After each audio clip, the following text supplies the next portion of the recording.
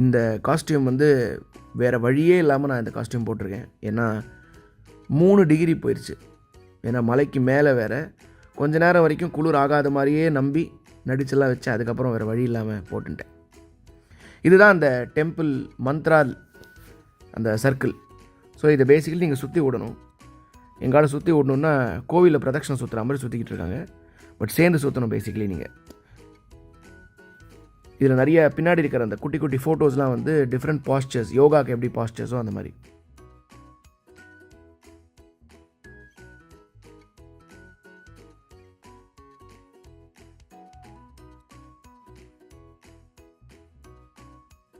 இதுதான் வந்து தலை ஹில்ஸோட ஒன் ஆஃப் த பாயிண்ட்ஸ் இங்கே.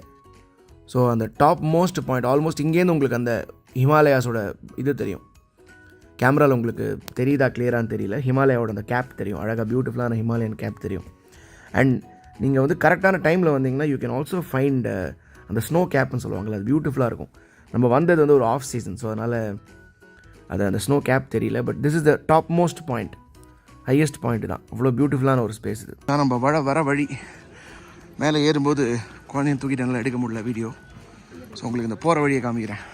இந்த தலை ஹில்ஸ் அப்படிங்கிறதுனால இது வந்து உங்களுக்கு this no other option to டிரான்ஸ்போர்ட்டுக்கு வேறு எதுவும் ஆப்ஷன் இல்லை. சைக்கிள் கீக்கிள் அந்த மாதிரி எதுலேயும் வர முடியாது. You have to walk and அது pretty long distance, almost 2.5 kilometers up the hill வரணும்.